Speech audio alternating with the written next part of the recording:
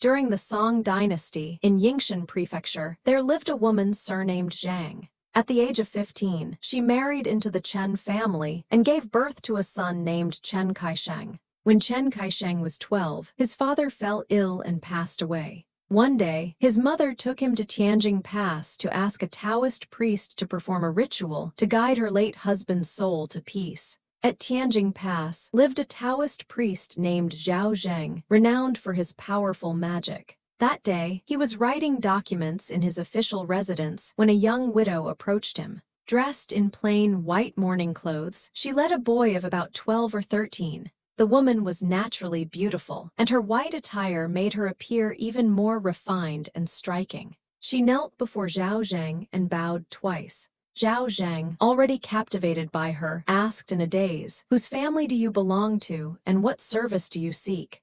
The woman replied, "I am Zhang, concubine of the late Chen Wen. My husband has passed away, and I seek a ritual to guide his soul. I humbly ask the master to perform this wondrous act for the benefit of the departed." Zhao Zheng, already harboring improper thoughts toward the widow, said, "Since he has recently passed, there must be a mourning hall at your home. It would be best to conduct the ritual there to show your sincerity." Zhang replied, "If the master is willing to grace my humble abode, it would be a blessing beyond measure. I would be endlessly grateful." Zhao Zheng immediately agreed to visit her home the next day and set up a 7-day Taoist ritual. Zhang found Zhao Zheng's words reasonable and his demeanor impressive. Privately, she thought him a refined man, though it was a pity he had taken religious vows. The next morning, Zhao Zheng arrived at Zhang's home with 2 young acolytes and several other Taoists, bringing various ritual instruments. Zhang welcomed them into the mourning hall, where they each took up their tasks and began the proceedings. Later, Zhao Zheng asked Zhang to kneel beside him and chant scriptures together. As she did, she caught the faint scent of incense on him and couldn't help stealing a few glances. Sensing her gaze, Zhao Zheng turned to look at her. Both secretly admired each other, and an unspoken affection flickered between them.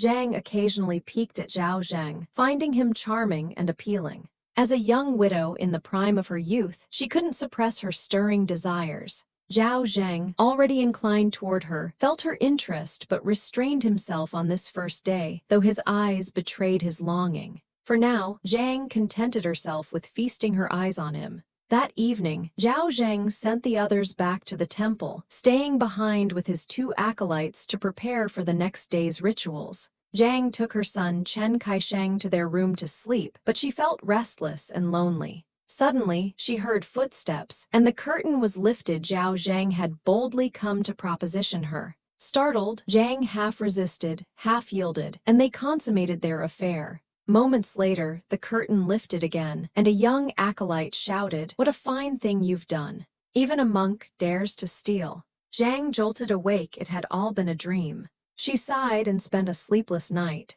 The next day, while in the mourning hall, Zhang saw a young acolyte drinking tea and asked, "What's your name?" He replied, "I'm Taken, and that one's Taisu." Zhang casually asked, "The one who slept with your master last night, what about him?" The acolyte said, "Slept together." "What of it?" Zhang teased, "I'm just worried your master might not be entirely proper." The acolyte chuckled and said, "Madam, you're the one joking now." Soon after, Chinese letter relayed her words to Zhao Zheng, who thought to himself, such words could only come from a woman who understands romance.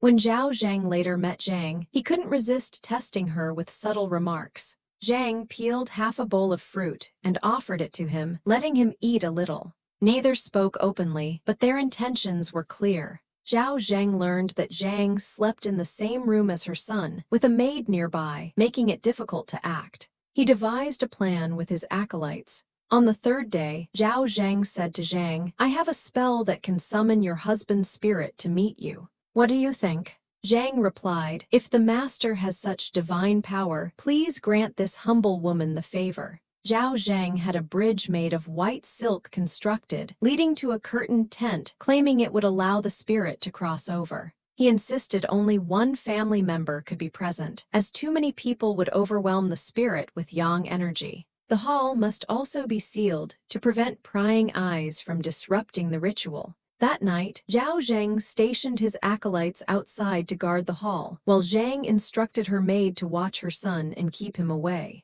Chen Kaisheng cried, wanting to see his father, but Zhang coaxed him with promises of a future meeting. With preparations complete, Zhang and Zhao Zheng seized the opportunity to consummate their affair again. To maintain their liaison, they agreed to pose as cousins, providing a cover for frequent visits. After the rituals concluded, Zhang called Chen Kaisheng out and said, "Your late father just told me that this temple's master is your uncle, not an outsider." Chen Kaisheng happily accepted his mother's words and called Zhao Zheng uncle. Zhao Zheng informed his acolytes of the ruse, and everyone was pleased with the harmonious arrangement. For days afterward, under the pretext of summoning spirits, the pair continued their affair, deceiving everyone. When Chen Kaisheng begged to see his father, they told him children couldn't see ghosts, and he relented. But the two lovers had no intention of stopping. At night, after her son fell asleep, Zhang would let Zhao Zheng in for their trysts.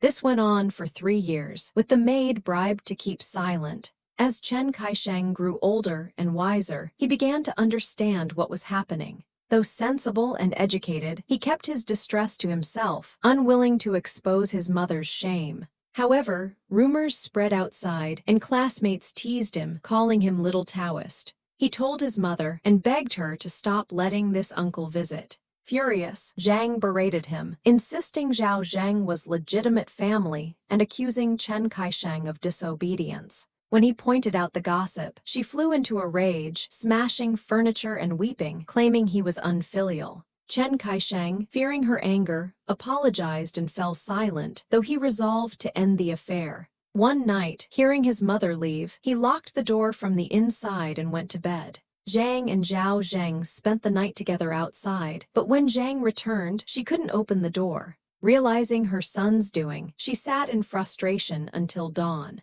When Chen Kaisheng emerged, he feigned innocence, asking why she was outside. She lied, saying she'd heard a thief, but he pressed her, exposing her flimsy excuse. Speechless, Zhang decided he could no longer sleep in her room. Days later, she told him, "You're grown now and can't sleep with me anymore. Move to the central hall." He agreed, but grew more vigilant. One night, hearing movement, he hid and saw Zhao Zheng enter. Unwilling to catch them outright, he waited until all was quiet, then locked their room with a large padlock. He placed a urine bucket and a broken latrine jar beneath the window. At dawn, Zhao Zheng, unable to exit the door, climbed out the window, landing one foot in the bucket and the other in the jar. Covered in filth and unable to cry out, he fled in disgrace. Zhang, enraged by her son's antics, began to see him as a thorn in her side.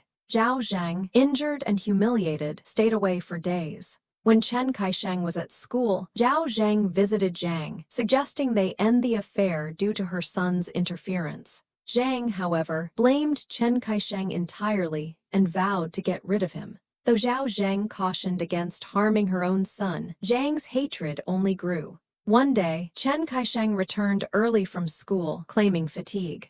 Zhang locked the doors, expecting Zhao Zheng. But Chen Kaisheng, pretending to sleep, sat by the back door and mimicked his mother's voice, warning Zhao Zheng away. The maid, sent to check, stumbled into Chen Kaisheng, who scolded her, sending her fleeing. Zhang, livid, called him a little demon intent on ruining her. For days, with Chen Kaisheng at home, the lovers couldn't meet. Finally, when he went to school, Zhao Zheng slipped in at night. Chen Kaisheng returned quietly, grabbed a gong used to signal thieves, and banged it loudly, shouting "thief." Zhao Zheng bolted, struck by a stone Chen Kaisheng threw, limping away with a lost shoe.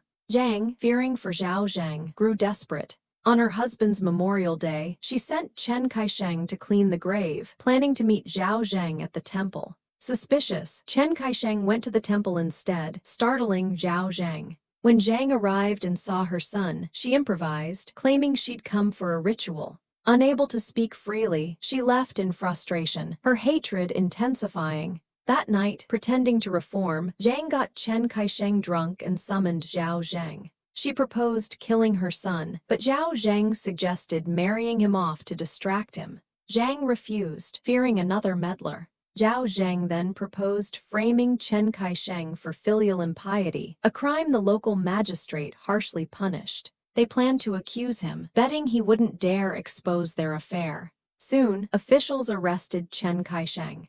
Zhang claimed he was rebellious, sending him to court. The magistrate, known for despising unfilial children, questioned the boy. Tearfully, Chen Kaisheng said he'd never disobey but was unloved by his widowed mother, accepting any punishment to ease her heart. The magistrate, moved by his demeanor, questioned Zhang. She accused Chen Kaisheng of defiance and cursing, but he refused to argue, agreeing with her words. Suspicious, the magistrate beat Chen Kaisheng lightly. Noting Zhang's lack of compassion, she even urged his death. When asked if she'd regret losing her only son, Zhang insisted she wouldn't. The magistrate ordered her to bring a coffin the next day and jailed Chen Kaisheng. Sensing deceit, he sent a spy after Zhang, who overheard her gleefully tell Zhao Zheng the plan had worked and ask him to buy a coffin. The next day, the magistrate lied, saying Chen Kaisheng had been beaten to death. Zhang showed no grief, thanking him.